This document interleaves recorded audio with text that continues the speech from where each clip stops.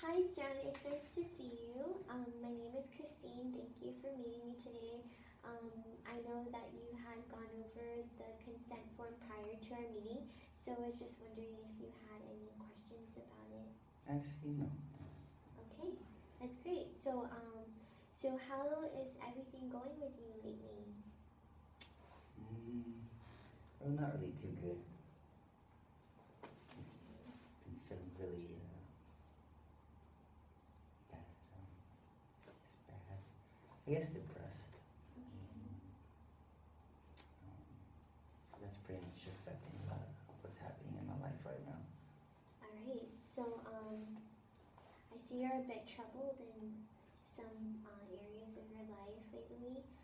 Can you tell me what specific areas are being interrupted that's causing you to feel depressed or bad, like you said? Areas, I'm not really sure. I don't really know what areas. I guess that's why I'm here. I'm just kind of worried about this depression. I don't want it to overtake me, overwhelm me. Mm-hmm. I'm kind of feeling kind of hopeless. All right. So I see your depression is really affecting you and kind of taking a toll on you. Could you be maybe a little bit more specific? I'm doing my graduate studies, Mm-hmm. and a lot of the pressure from graduate studies are kind of building up, and just I guess it's probably causing my depression. Okay. All right. So you mentioned it, right? What is it exactly? I guess the depression. Okay. So as we continue in the session today, since you mentioned that, instead of using the word it, just go ahead and try to use the words the depression as you continue in your story, okay? Okay. So, like I was saying, I'm going to grad school, and my depression causing me to be unfocused, and that's really gonna hurt me, especially in the long run. I want to graduate. If I'm not focused, and I won't be able to pass my classes. Okay. So I see that the depression has really been a bully to you. Other than your grades, has the depression cost you anything else?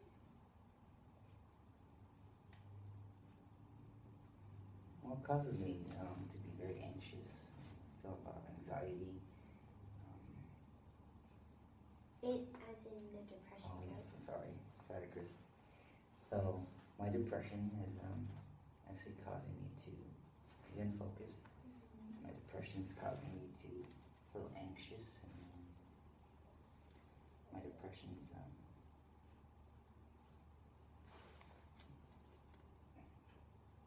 make me feel overwhelmed. Okay. I just feel like I'm gonna mess it all up. And Okay. that's why my depression is making me feel hopeless. Okay. All right. So we can go ahead and just use the depression instead of my depression, right? Okay. So they will kind of want to externalize that a little bit. Okay. So now, how long has the depression gotten the best of you? Well, the depression is started basically when I started grad school. I don't believe the depression was present prior to that. Mm-hmm. Life was pretty good. It's manageable.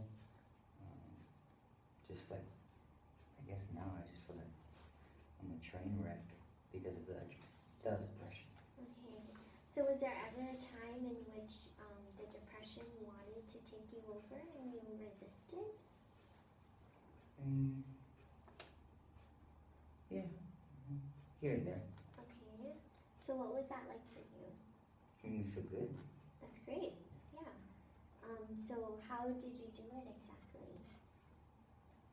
Well, it was exam week my last semester, and my girlfriend and I just broke up. I guess I didn't feel like doing anything. I wanted to focus on getting her back. So I told myself I didn't want to do any work. Kind of just stayed home. But I knew I couldn't let that ruin my grades, so I made sure to get what I needed to do done for school, and I didn't let the sadness I felt from our breakup get in the way. Wow, that's wonderful. So you handled that very well. Yeah, I guess you could say. Okay. So with that, has there been anything else to kind of help you uplift your spirits when you're feeling down? Well, I'm a volunteer at a all boys and all girls camp. Teach them on weekends or whenever I'm able to. I guess when I'm with them, I kind of forget how I'm feeling. Okay. So you're a volunteer at a camp, at that camp, and it sounds like you really enjoy the work that you do. What do you do there that makes you so happy? I teach the boys basketball. I educate both the boys and the girls on the effects of bad choices. I guess I'm kind of a mentor. I really like it. Those children usually put a smile on my face on a daily basis. Okay. Well, I noticed you really light up when you talk about your volunteer work. In fact, you sound like a totally new person when you talk about that part of your life. Do you like how you feel when you talk about your volunteer work? Yeah, I like talking about it. I guess I never noticed how it made me feel. But yes, I like talking about it. All right. So, what do you think? What do you think this tells me about what you want for your life?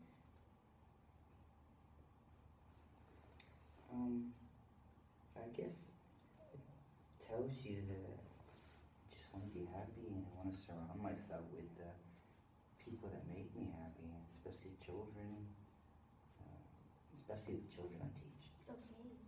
All right. So, is there anything else you can focus on that makes you happy in the same way too? There's a few.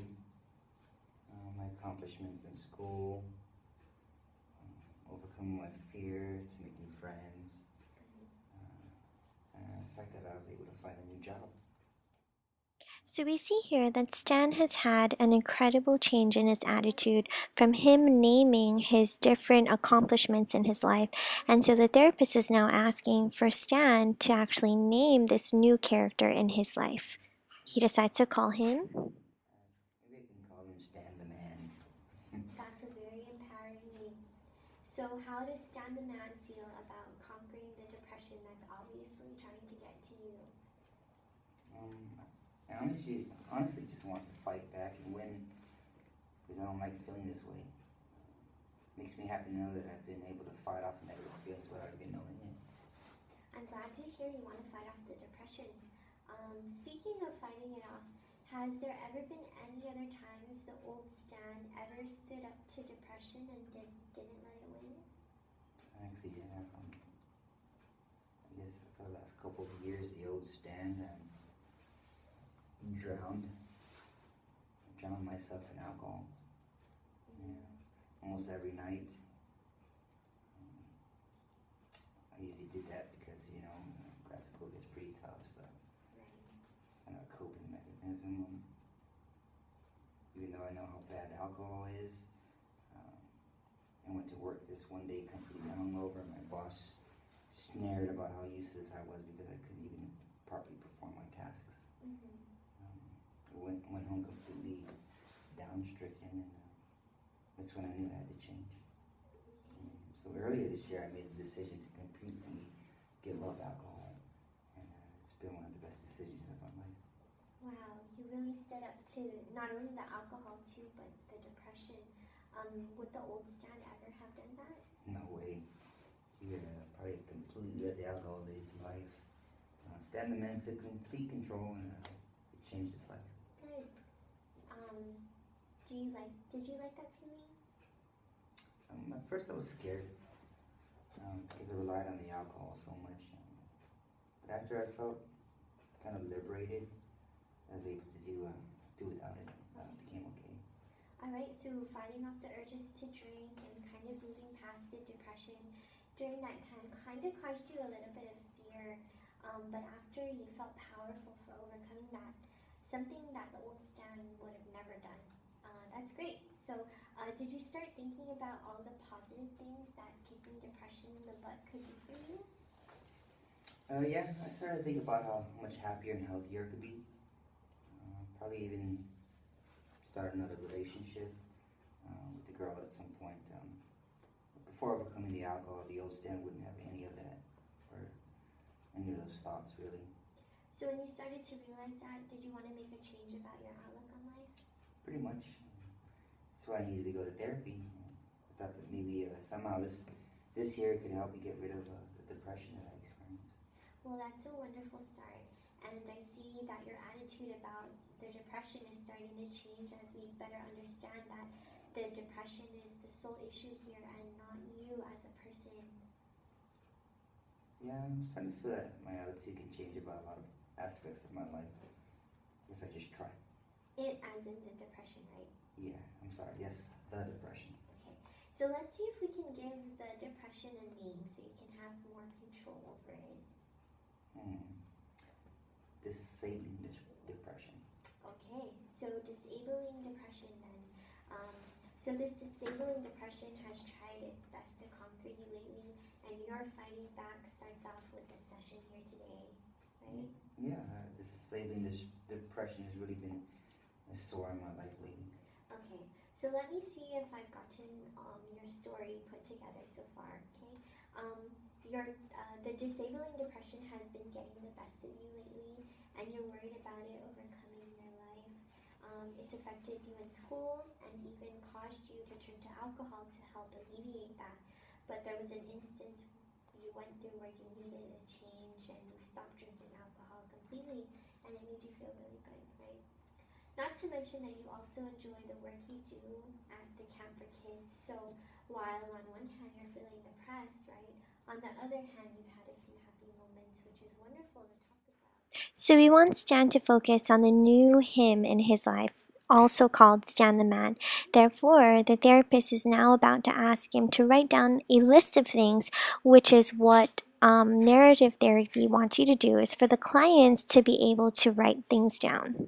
That bring you happiness, and when you come back next week, we can go over those and see how much depression is something floating around you that can be easily overcome.